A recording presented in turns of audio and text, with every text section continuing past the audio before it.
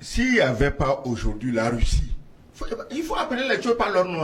S'il n'y avait pas la Russie, tout à fait, qui soutient les pays africains, dont ceux du Sahel, qui veulent leur indépendance, mais Gilles, ça aurait duré encore 1000 ans. Tu n'oserais pas parler, personne n'oserait parler de ça. Parce qu'on est arrivé à une étape où, normalement, c'était à la France de prendre l'initiative. Bon, voilà le contexte de 1960 où je vous ai imposé mes armées. Bon, voilà le contexte de 2020 où on peut gérer les choses autrement. Non! Elle est encore plus féroce que jamais en matière d'occupation, d'exploitation, de pillage, de vol, de mensonges, de manipulation. Donc, personne ne peut dire demain pourquoi ça a duré. Qui avait la force de ne pas faire durer ça? Et l'audace. Vous parliez de l'impôt colonial. Mais est-ce que... C'est terrible hein, ce qui se passe. L'ignorance aussi nous tue. Au Togo, mais le président du temps des indépendances avait intégralement remboursé la dette coloniale à la France.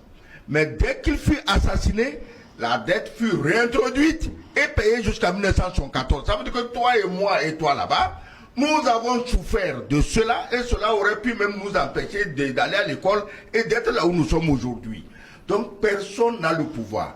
Ces derniers temps, justement, comme il a dit, les seuls qui lèvent la tête pour dire non, c'est pas normal, c'est eux qu'on appelle ennemis de la France. Or, en fait, ils sont les seuls qui donnent encore à la France la chance d'exister en Afrique. Parce qu'un jour viendrait où ce n'est pas un capitaine, un colonel ou un général, mais c'est les populations qui se déverseraient et ce qu'elles feraient ne serait ni ordonné ni discipliné et la France ne pourra rien en déplaise au petit tocard de général Lecointre. Tu vois, un minable comme ça, un minable comme ça parle de reconquérir l'Afrique. Moi, je dis ça ici la dernière fois. Dans 10 ans, l'Afrique va conquérir la France. C'est inévitable. Donc, ce Lecointre-là, il n'a qu'à préparer ses armées et attendre les Africains là-bas. C'est pas ici. Il ne pourra pas venir se battre en Afrique parce qu'il n'est pas le seul. Lecointre a dit ce que pensent les officiels français. Parce qu'un général ne parle pas en l'air. Un général, c'est un général. Il ne parle pas en l'air. Un autre idiot de général avait dit au Tchad, ah, nous avons quitté l'Afrique il y a 80 ans et nous sommes revenus pour encore 100 ans. Pourquoi c'est les Français qui font ça? Moi, je pose toujours la même question. Pourquoi c'est la France? Parce que c'est un pays de nature parasite qui ne peut pas vivre s'il ne suce pas le sang des Africains noirs. Voilà le problème. Il faut dire à Assimi Goïta que la France en a l'habitude des fausses monnaies. Ils ont fait ça à Sékou Touré, ils veulent faire ça à Assimi Goïta. Or, fondamentalement, le franc CFA que nous utilisons est lui-même une fausse monnaie. Et voilà. Mais a pris un fait quand même saisissant au Mali, où lorsque la Côte d'Ivoire a coupé l'électricité au Mali, vous savez que la Côte d'Ivoire alimentait l'électricité au Mali. Le Mali a monté un projet de prêt auprès de la Banque africaine de développement d'un montant de 45 milliards. De sorte qu'une partie là de ce montant puisse être utilisée pour éponger justement les arriérés de paiement de trucs. Vous savez que la Côte d'Ivoire et la France, en conseil d'administration de la BAD, se sont opposés justement à l'accord de ce crédit. Donc tout ceci pour dire que les gens ne sont plus des humains.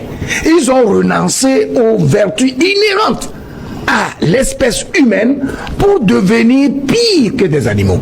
Je pense que Assimi Goïta est bien placé pour parler justement des difficultés auxquelles ces pays-là font face. Et ces difficultés-là sont montées exprès dans le but de les étouffer et d'amener le peuple à se révolter contre eux. Or, justement, c'est l'effet inverse qui se produit parce qu'il y a un acharnement et donc le peuple en retour secrète quoi? Son énergie du désespoir pour créer une dynamique autour de ces dirigeants-là. Et c'est ça qui va permettre précisément d'atteindre des objectifs plus nobles. Je crois que l'espoir aujourd'hui est au Burkina.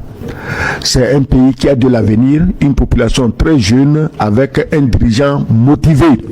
Ce n'est pas le cas dans les pays où on a accumulé des dettes abyssales, 3 000 milliards, et on croit qu'on va venir voler l'uranium, le pétrole, l'or des nègres en Afrique pour se renflouer. Ça ne se passera plus jamais comme ça.